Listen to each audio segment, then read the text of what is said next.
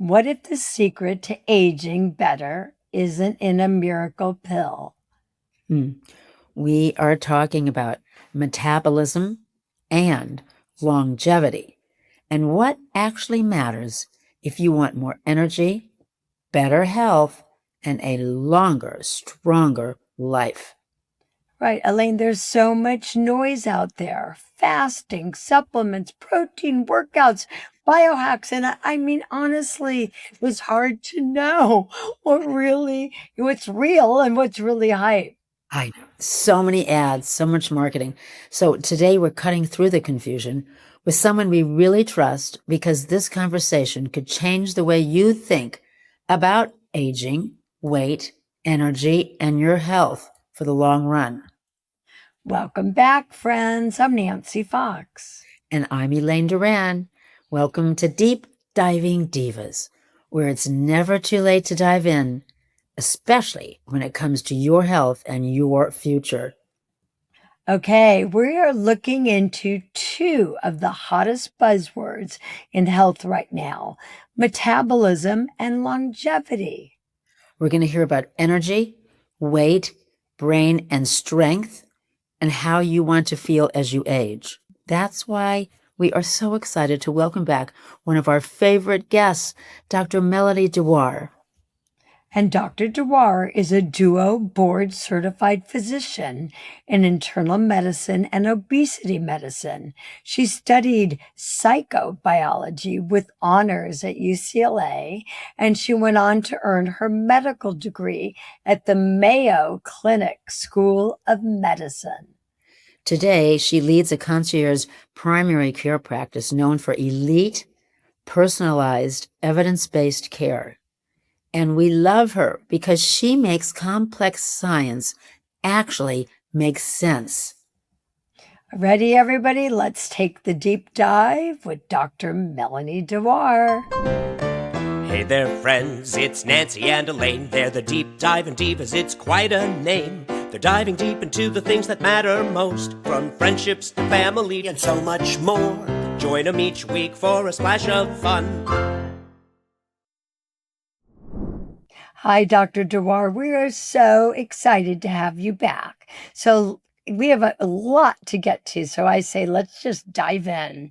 When people hear the word metabolism, they usually think you're talking about weight. What does metabolic health actually mean? Metabolic health, when I'm talking about that in the clinic, it means much more than your metabolic rate. It's really a snapshot of your overall health. It takes into account factors such as your blood sugar, your blood pressure, triglycerides, strong HDL, visceral fat or waist circumference. So it's really giving us a snapshot of your metabolic health, having all of these variables measured to let us know what your risk of cardiovascular disease and diabetes are. Hmm. Well, a lot of us grew up hearing that our metabolism just happens to slow down as we age. Is that actually true, or is that just an oversimplified myth? Yeah, that's largely oversimplified. There's a great study that came out of Science in 2021 that showed that metabolic rate is actually stable between the ages of 20 and 60 if we control for muscle mass. So, what does change as we age is our body composition. And there are other hormonal factors, stress factors, sleep factors that change.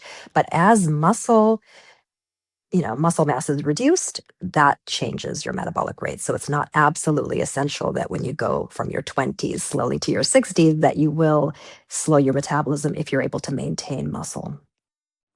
Oh, that's nice to hear. Okay, so then what are the biggest signs that someone's metabolic rate might be struggling, that they're just not, and maybe they don't even, maybe they're not starting to gain weight, but maybe they're just off. You're saying the numbers that you just talked about. So explain that. Correct. So someone can have a normal body weight and overall feel pretty fine and not be in great metabolic health. So national data shows that only about 9 to 12% of US adults have optimal metabolic health. So it's really about knowing your numbers. So these are numbers that you could get at your yearly physical. So getting a fasting lipid panel, you got to know that what your triglyceride levels are. So your triglycerides need to be under 150. Knowing what your HDL is, that's the good cholesterol, the high density lipoprotein. You want it to be above 50 if you're a woman and above 40 if you're a man. Knowing your blood sugar, fasting blood sugar level, you want it to be under 100. Knowing your blood pressure, it should be under 135 over 85. That's, or, if you're on medications, that counts as the mark against you, unfortunately. But so having a low blood pressure is the goal, and also waist circumference. This is something you can test for yourself at home, where if your waist circumference is over 35 for a woman or over 40 for a man, that would put you in that metabolically unhealthy category, because that is a marker of your visceral fat, which is the fat that surrounds the organs that increases the risk of certain conditions. Well, I have a question sort of aside to the weight, to the, circumference. Every year when I get my physical at the doctor, they measure your waist. And I'm pretty much the same size I used to be, but my waist is bigger. And so is that just a sign, is that normal, or why does that happen? Yeah, it's part of, again, shifting hormones that happen with aging. But again, it's a sign that likely visceral fat is increasing. So as we lose muscle mass, we tend to gain visceral fat, typically around the midsection, which can lead to inflammation and insulin resistance. And so that's a good marker to keep track of. The way to bring down that visceral fat is to look at your carbohydrate intake, to do the strength training, all the things that I'm sure we'll get into. But that is something that does happen as the years go on. It's not inevitable, but it's something that does happen. That's interesting. I've never had, and actually I go to a gerontologist now, a specialist, but from any of my doctors, they never measured my waist.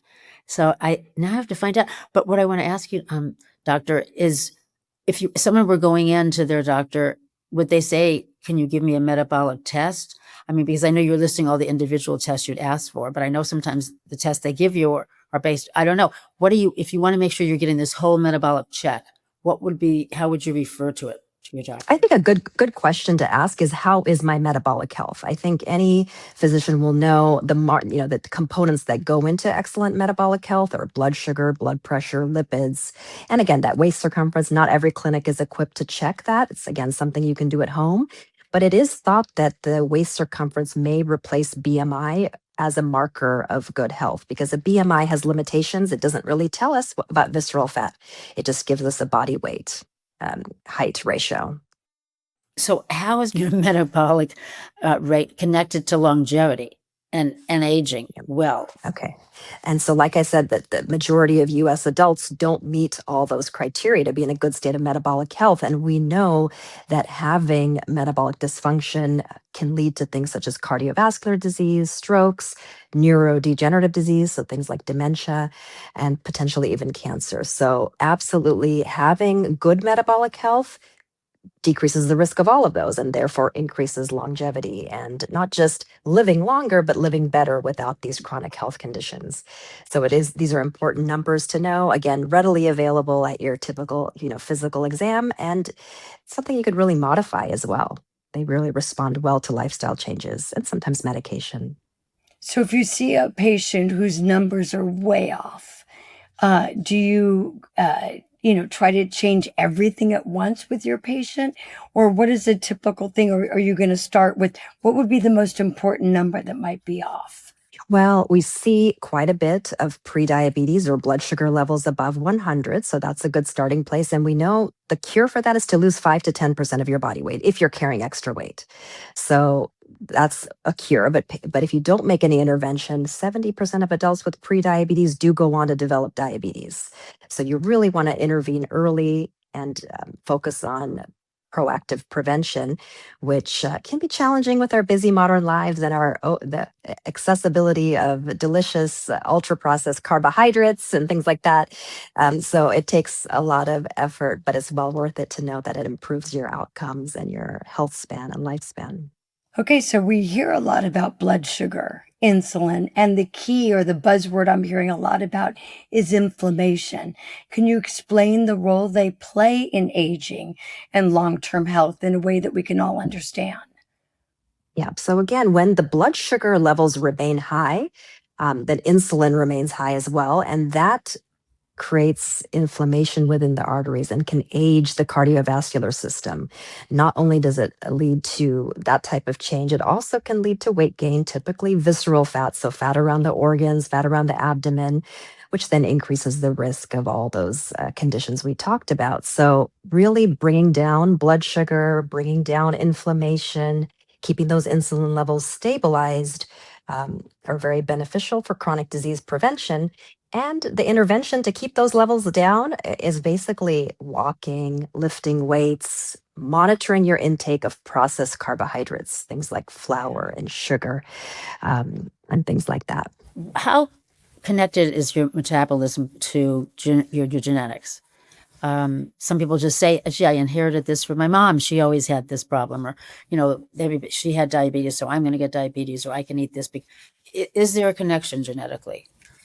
I mean, genes absolutely play a role, but we know now better than ever that we can modify this. There's a condition. I mean, there's a novel science now saying we can turn on and turn off genes. It's called epigenetics.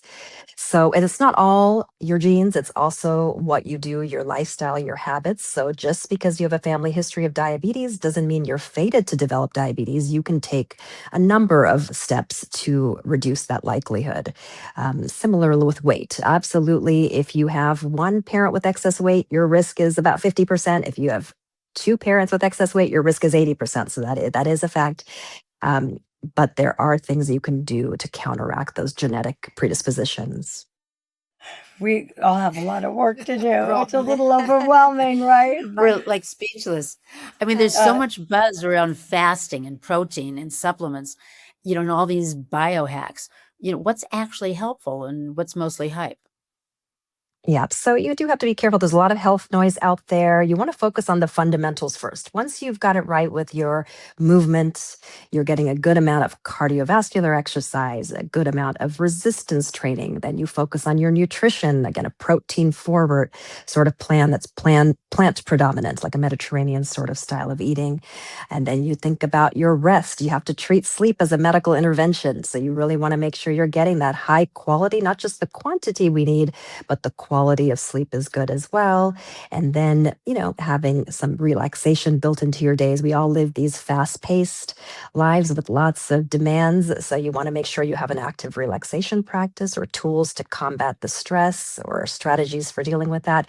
So if you take care of all those, then you could potentially look into, certain supplements there. We want to, of course, examine the evidence, which has the greatest chance of actually improving your health. There are certain ones we know, like vitamin D, for example, can reduce the risk of certain types of cancers. So you do need to be monitored closely when you're taking vitamin D, especially high dose. But that's a supplement that can be helpful for many, and many adults are deficient in that. But there are so many different trends out there right now, and you really have to pick and choose wisely. But I think first focus on the fundamentals, which are very well proven, have good scientific evidence to support those fundamentals.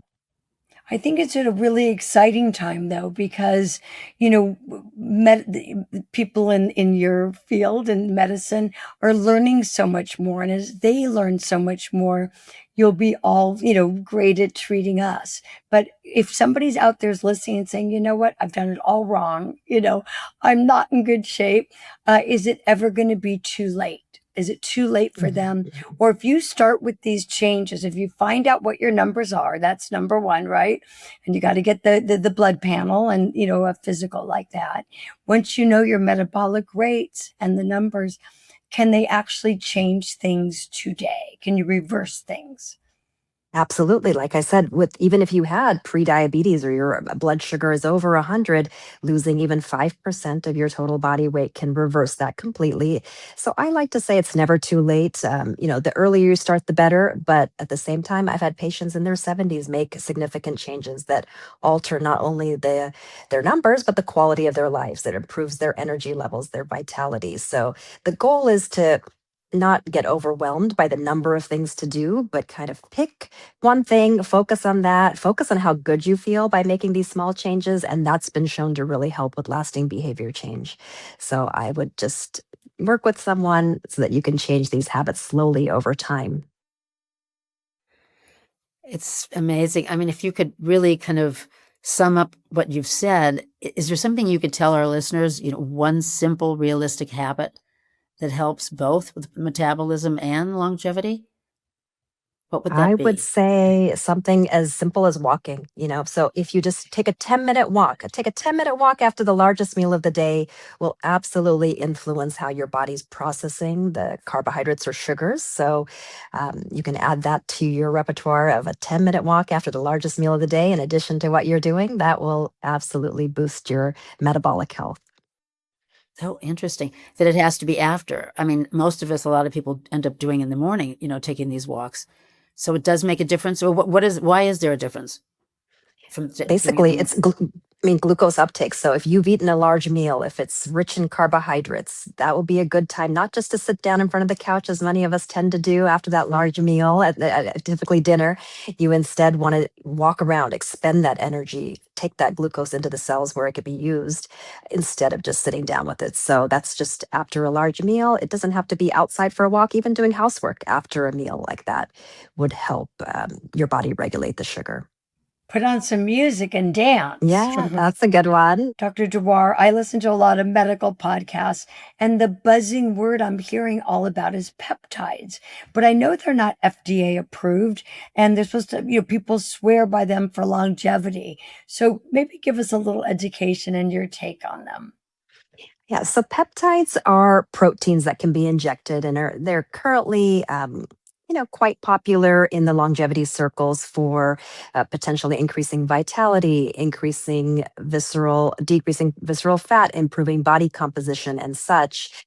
But we don't have a lot or much evidence in human studies that these are going to be useful. So there are rodent studies that show that they might be helpful, but not a lot of evidence, and they're not FDA approved. So I really discourage my patients from using such um, supplements, because we have proven techniques for how to improve vitality, longevity, cognition, visceral fat, and that's lifestyle. So really focusing on the right kind of exercise, whether that be walking, lifting weights, and the things that we talked about, such as good nutrition, adequate rest, relaxation techniques. So these are the sort of interventions we know are proven to work and don't have side effects, really. Yeah, I love that. You hear so much now about building muscle mass, building, strength training.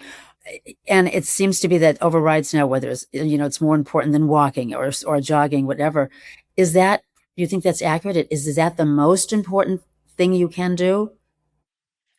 It's a good question. I mean, they're all important. You want to do cardiovascular training. That's going to be good for your heart and your lungs. So we think about cardiorespiratory fitness, so things like walking or jogging or hiking. But absolutely, strength training is a very important component of physical fitness and longevity. So lifting weights is great for your bones. It's great for your cognitive health. It helps prevent frailty and falls and fractures. So that's the benefit of lifting weights, staying strong, is that vitality that it gives you, and it's an important part of any exercise routine. So it is true that strength training is important and it's having its moment, but it's not necessarily a trend. It's something we all should be integrating, ideally 2 to 3 times per week. And a question I often get asked is it too late? I've gone 50, 60, 70 years without lifting weights. Is it too late for me to start? And the answer is it's never too late. I don't know if you've ever heard of the health influencer Joan. She has a website, Train with Joan, and she started lifting weights in her 70s, and she's now 79. And if you look at her online, the transformation that she's undergone from age 70 to 79. It's really amazing. And I recommend a lot of my patients take a look at her just to be inspired by the fact that it's never too late to start. Sounds like a deal. I'm going to try that. Okay. Yeah. Sounds good. Thanks. Dr. Dewar, this has been an incredibly helpful and honest conversation, and you've given us a lot of tools that maybe we can evaluate our own lives. For people that would love to get a hold of you, you're an incredible concierge doctor if they're in the LA area. You also specialize in GLP-1 meds and also on longevity. How can they reach you? Oh, thank you, Nancy. Thanks so much for having me. I've really enjoyed the conversation. If you'd like to learn more about my offerings, you can go to my website, which is www.drmelaniedewar.com, which is DRMELANIE Dewar.com. Great. Thank you for reminding us that it's not about perfection. It's about the small changes, the things that are important. And that is really what you're going to see, with making your life longer, healthier, and physically in better shape. So we thank you for all this information. Thank Great. you. Thanks And again till for we having see me. you again, we're going to ask you again to join. Yes. Great. Thank you. I already have more questions. So thank you. All right. I'd love that. Thank you so much. Nancy, I bet I have something that you don't know about at Trader Joe's. What? This is an egg frittata. It's basically has cauliflower crust. It's in the refrigerated section. It is so yummy. There's two of them that have Is it 20, refrigerated section or freezer section? and it's in the freezer section. I'm sorry, not the refrigerated section. And it's got 25 grams of protein, which is wow. unbelievable. For someone who doesn't like eggs, and I always want to have them for breakfast, but I don't really like the taste. This is perfect because it's made with egg whites. And it is, I'm going to show you what it looks like. And when you even have two of them, it's very, very filling. Here is a great size that it is. Wow. And, but the only problem is it's got a little bit too much sodium in it. But other than that, the calories and the taste is delicious. And it's low cauliflower. carbs. So it's kind of checking all the boxes. First of all, Yes. we talked about protein today, got up your protein. And Yes. so it's a lean source. I love it. But no, I'm not familiar. So thank you for sharing Great. with all of us. Be sure to look at it. Okay, if you enjoyed this episode, you got questions, email us at deepdivingdivas@gmail.com or join us on the socials, Facebook, Instagram. Listen to our podcasts, or if you're here, we know you're watching us on YouTube. We're everywhere at Deep Diving Divas. Okay, my biggest takeaway today, I'm doing a lot of the good. I could check a lot of boxes for longevity and metabolic rate, but I got to start cutting out some sugar. What about Nancy, you're so sweet. You don't even need any more sugar. But I am going to work on my strength training. I need to do that. I walk, I swim, but I got to do that build up of muscles. Excellent. Thank you, everybody. Bye-bye. Perfect.